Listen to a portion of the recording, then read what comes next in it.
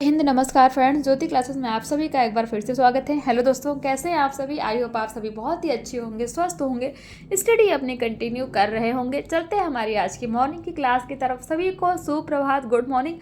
और देखते हैं आज के दिन क्या है कुछ खास। तो फ्रेंड्स, आज है हमारा 23 मार्च का इतिहास एक बार देख लेते हैं कि 23 मार्च को कौन कौन सी घटनाएं हमारे इतिहास में घटी। तो चलिए देखते हैं। वैसे तो बहुत सारी घटनाएं आज के दिन हमारे इतिहास में घटी है, बट हम कुछ इंपॉर्टेंट पॉइंट को कवर करते हैं जो कि हमें इंपॉर्टेंट लगता है। चलिए देखते हैं, 2-3 पॉइंट देख लेते हैं।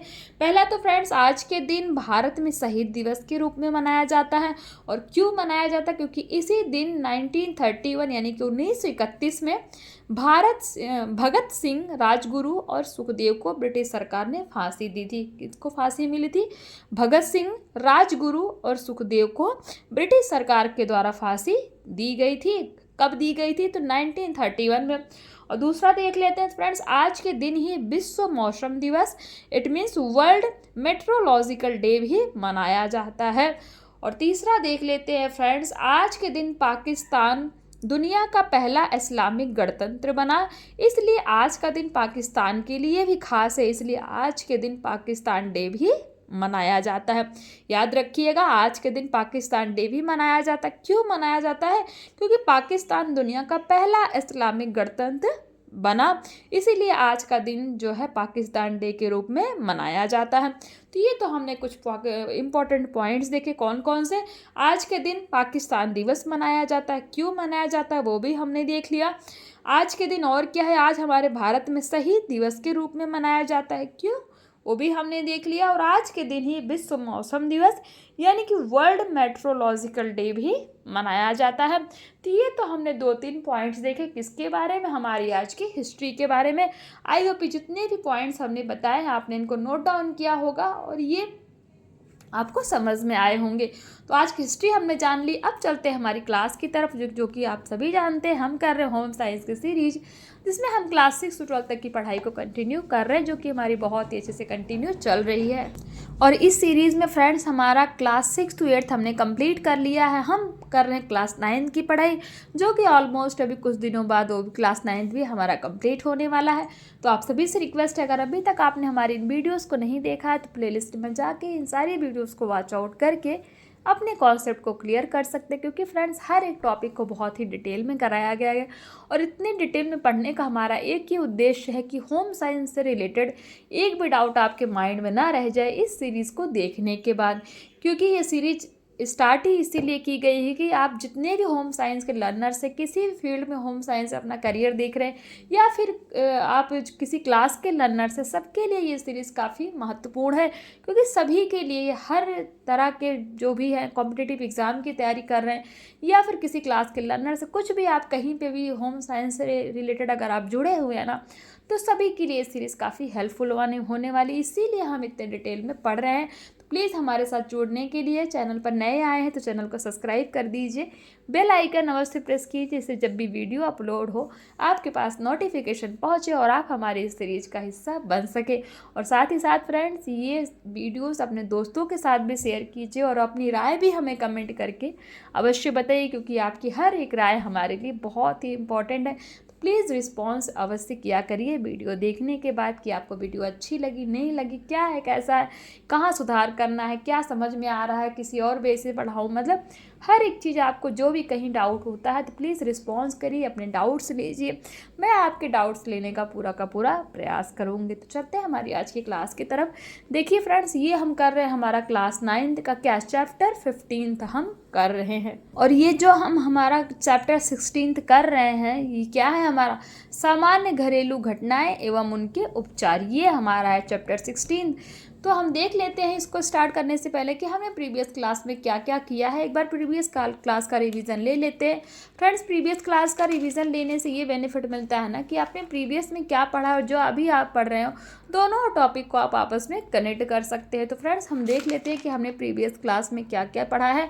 तो हमने प्रीवियस क्लास में फ्रेंड्स हमने क्या देखा था, प्रीवियस क्लास में हमने स्टार्ट किया था विभिन्न प्रकार की सामान्य घरेलू दुर्घटनाओं में, जिसमें हमने जलना देखा था, जलने के लक्षण देखे थे, प्राथमिक उपचार, कपड़ों में आग लग जाने से जलना, उनसे सावधानियां, उपचार देखा था उनके, फिर हमने तेजाब से जलना देखा था, उसका उपचार देखा था, क्षार से जलना, उसका उपचार कैसे कर सकते वो देखा था। बिजली से जलना, उसका उपचार। झुलसना क्या होता है, झुलसना और जलने के बीच हमने अंतर भी देखा था। उपचार, पानी में डूबना, उसके लक्षण क्या है और उसको उपचार कैसे दिया जा सकता है जो व्यक्ति पानी में डूब गया है।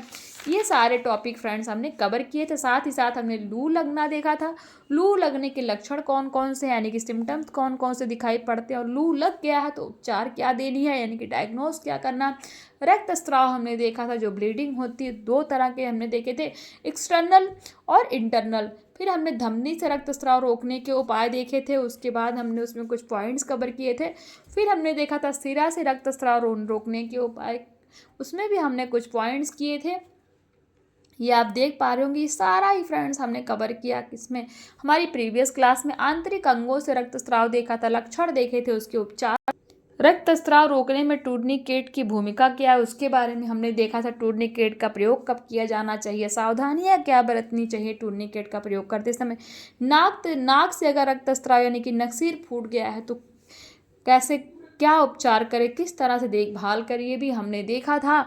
और फिर हमने ये सारे ही पॉइंट्स फ्रेंड्स इसमें कवर किए थे। साथ ही साथ एज ए होमवर्क के रूप में हमने कुछ क्वेश्चन आंसर्स भी आपको दिया था। आई होप आपने इन क्वेश्चन आंसर्स को सॉल्व किया होगा। तो ये थी हमारी प्रीवियस क्लास। इन सारे ही टॉपिक को फ्रेंड्स हमने हमारी प्रीवियस क्लास के माध्यम से बहुत ही डिटेल में हर एक पॉइंट्स को बहुत ही अच्छे से पढ़ा है।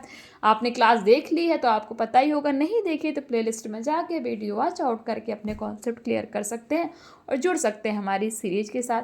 अब हमारा आज का जो है मूर्छा अथवा बेहोशी, यहाँ से हम स्टार्ट करने वाले हैं।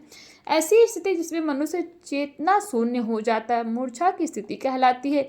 व्यक्ति मूर्छित एवं बेहोश कहीं भी हो सकता है। ऐसी दशा में उसके सोचने, समझने और सुनने की शक्ति नष्ट हो जाती है। दूसरे शब्दों में मूर्छा की स्थिति में मस्तिष्क कार्य करना बंद कर देता है। इस स्थिति में उसका तुरंत प्राथमिक उपचार होना चाहिए और किसी डॉक्टर को भी बुलाना चाहिए।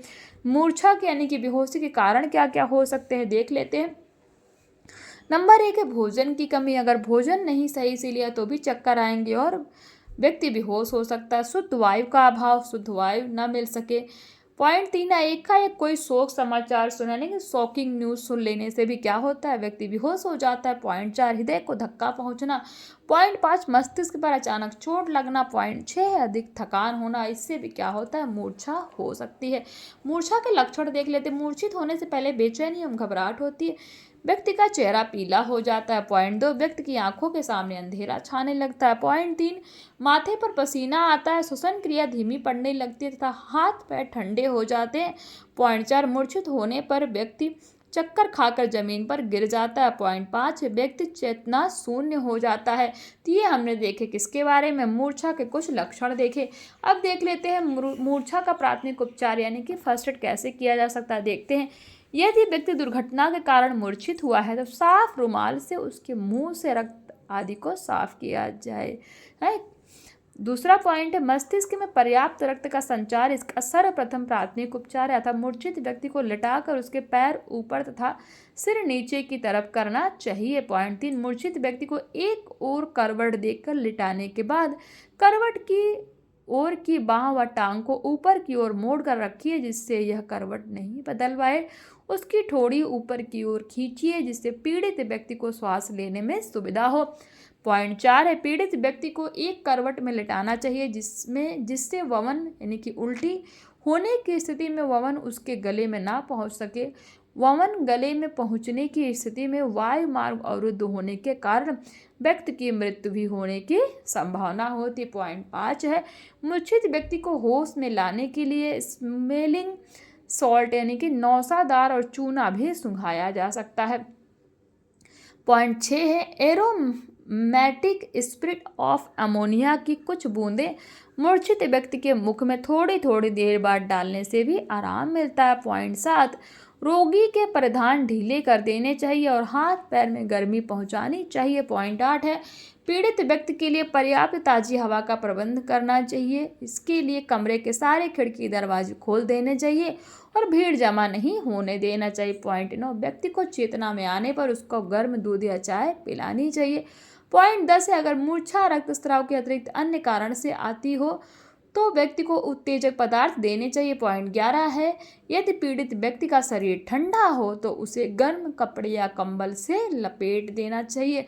और पॉइंट 12 देखते हैं, व्यक्ति के रक्त संचार को सामान्य करने के लिए आवश्यक है कि पीड़ित व्यक्ति मूर्छा साफ होने के बाद थोड़ा सा कार्य करे।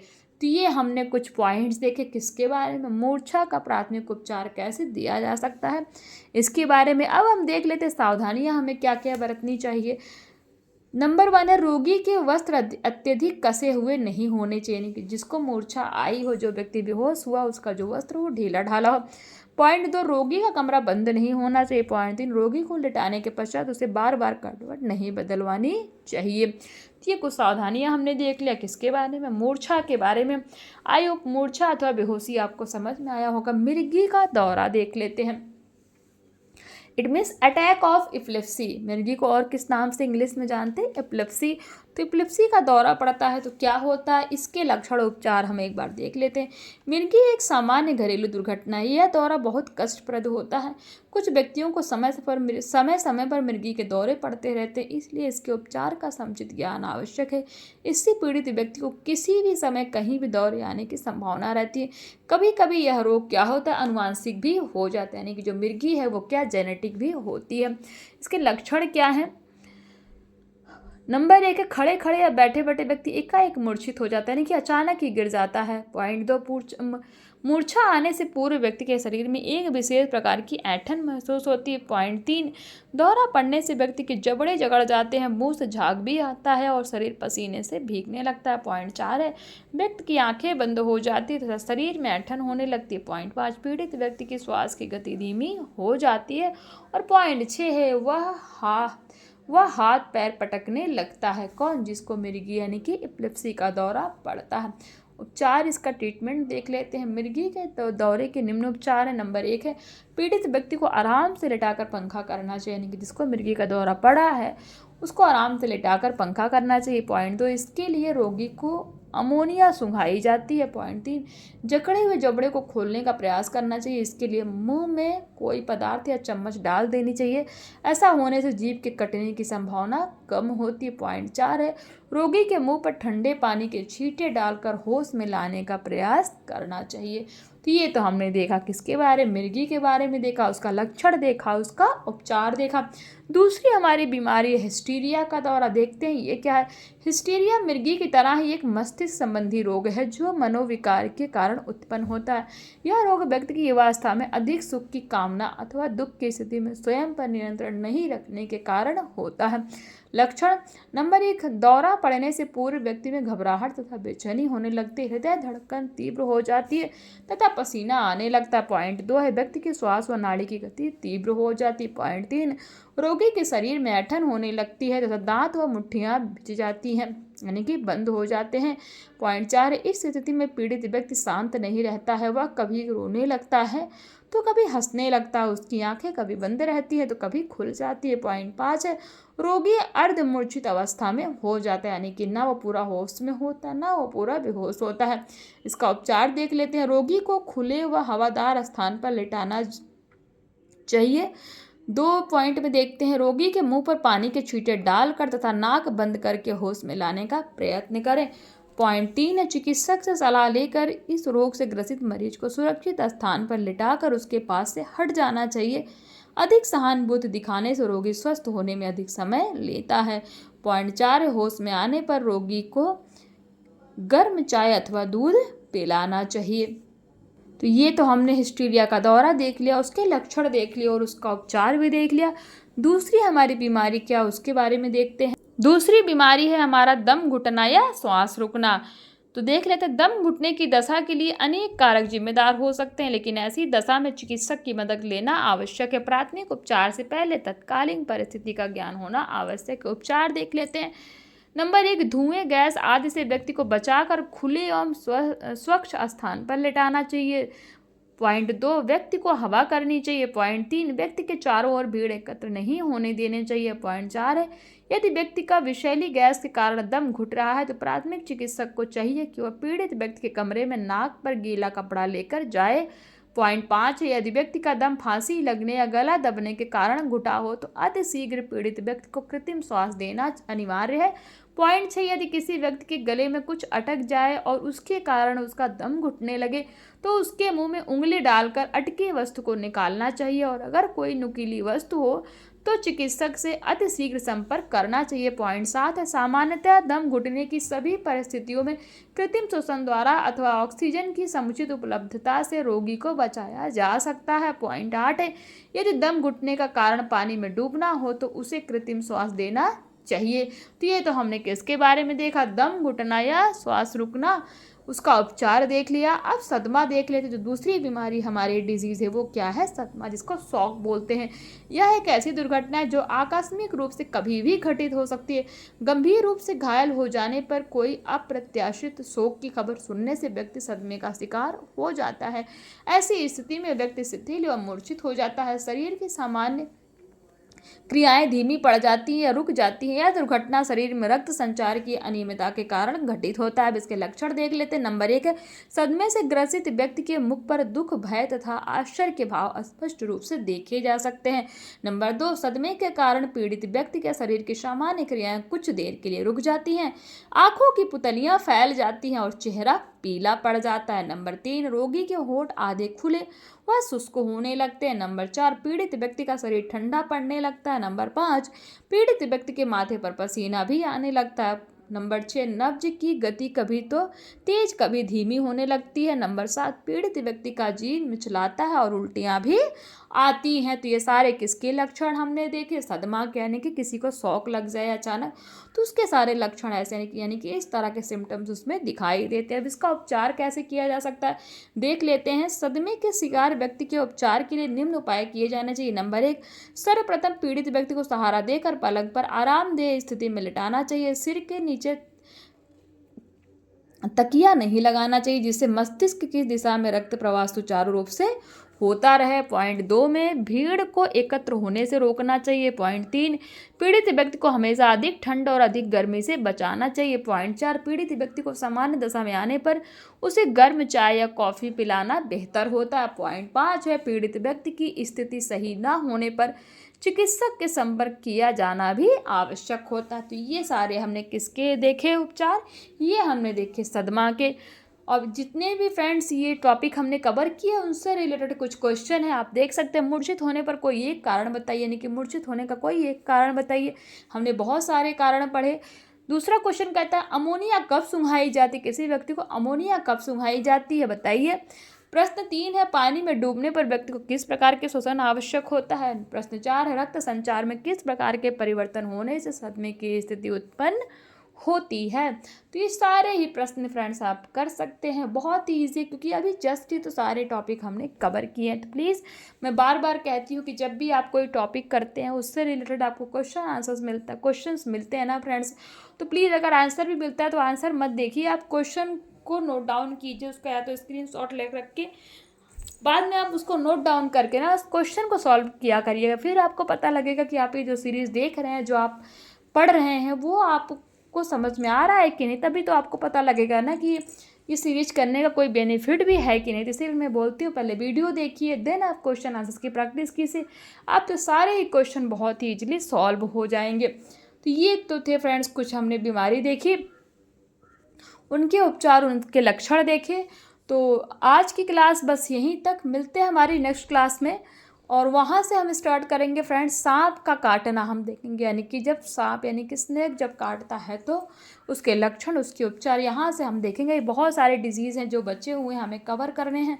तो इसीलिए मैं आपसे मैंने पहले भी बोला, ये जो हमारी क्लास है काफ़ी इंपॉर्टेंट होने वाली है और बहुत ही इंटरेस्टिंग है, क्योंकि बहुत ही ऐसी मतलब नॉलेजेबल पॉइंट्स में है जो कि हमें वैसे भी जानना आवश्यक होता है। तो मिलते हैं हमारी नेक्स्ट क्लास में। क्लास समझ में आई होगी, मैं उम्मीद करती हूँ आपके कॉन्सेप्ट्स क्लियर हो गए होंगे। मैंने पूरा समझाने का कोशिश किया है, अगर फिर भी कुछ छूट जाता है फ्रेंड्स, प्लीज़ आप हमें अपनी राय दे के बता सकते हैं कि हाँ ये छूट गया, आप इसको इस तरीके से कराइए, तो मैं उसमें और बेहतर सुधार करने का प्रयास करूँगी। बट प्लीज़ फ्रेंड्स रिस्पॉन्स अवश्य किया करिए, मैं बार बार बोलती हूँ, क्योंकि आपकी एक राय हमारे लिए बहुत ही महत्वपूर्ण है। प्लीज़ आप अपनी रिस्पॉन्स, आपसे निवेदन है कि आप रिस्पॉन्स अवश्य किया करके जब भी आप वीडियोज़ देखते हैं ना, तो अपनी राय हमें बताइए, जिससे हमें भी पता लगे कि हमारे जितने भी व्यूअर्स हैं जो हमारे साथ जुड़े हैं, उनको ये सीरीज़ का बेनिफिट मिल रहा है कि नहीं मिल रहा है, उनको ये सीरीज़ कैसी लग रही है। आपके माइंड को भी तो मुझे जानना है ना कि आपको ये सीरीज़, मैंने तो अपने हिसाब से मैं अच्छा ही करा रही हूँ, बट आपको कैसा लग रहा है, आपकी समझ में आ रही है कि नहीं। तो जब तक आप रिस्पॉन्स नहीं करेंगे, आप हमें अपनी राय नहीं प्रकट करेंगे हमारे सामने, तो हमें क्या ही पता लगेगा। तो इसीलिए प्लीज़ आपसे रिक्वेस्ट है, अपनी राय हमें अवश्य दीजिए, चाहे वो लाइक कीजिए, डिसलाइक कीजिए या कमेंट कीजिए, कुछ भी कीजिए, बट अपनी राय अवश्य बताइए, जिससे मुझे भी थोड़ा सा मोटिवेशन मिले और मैं भी और एनर्जी के साथ आपको आगे पढ़ा सकूं। तो प्लीज़ रिस्पॉन्स कीजिए और मिलते हैं हमारी नेक्स्ट क्लास में। तब तक के लिए जय हिंद, नमस्कार। हंसते रहिए, मुस्कुराते रहिए और एक दूसरे की हेल्प करते रहिए। साथ ही साथ फ्रेंड्स, चैनल को सब्सक्राइब करके बेल आइकन अवश्य प्रेस करके जाइए हमारी इस सीरीज़ का हिस्सा बनने के लिए। जय हिंद।